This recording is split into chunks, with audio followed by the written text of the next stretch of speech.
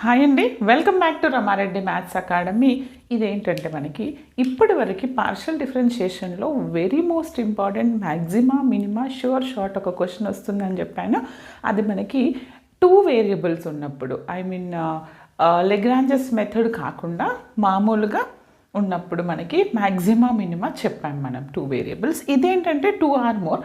Lagrange's method of undetermined coefficient అనేది ఎప్పుడు use చేస్తామో, దాని వర్కింగ్ రూల్ ఏంటి, దానికి సొల్యూషన్ ఎలా కనుక్కోవాలనేది వర్కింగ్ రూల్తో పాటు ఒక ప్రాబ్లం తీసుకొని ఎక్స్ప్లెయిన్ చేస్తాను. Okay, very most important. ఎందుకంటే నార్మల్ ఈక్వేషన్ ఇచ్చేసి మ్యాక్సిమా మినిమా కనుక్కోమనడం, XY ఇచ్చేస్తే అది అందరికీ తెలుసు.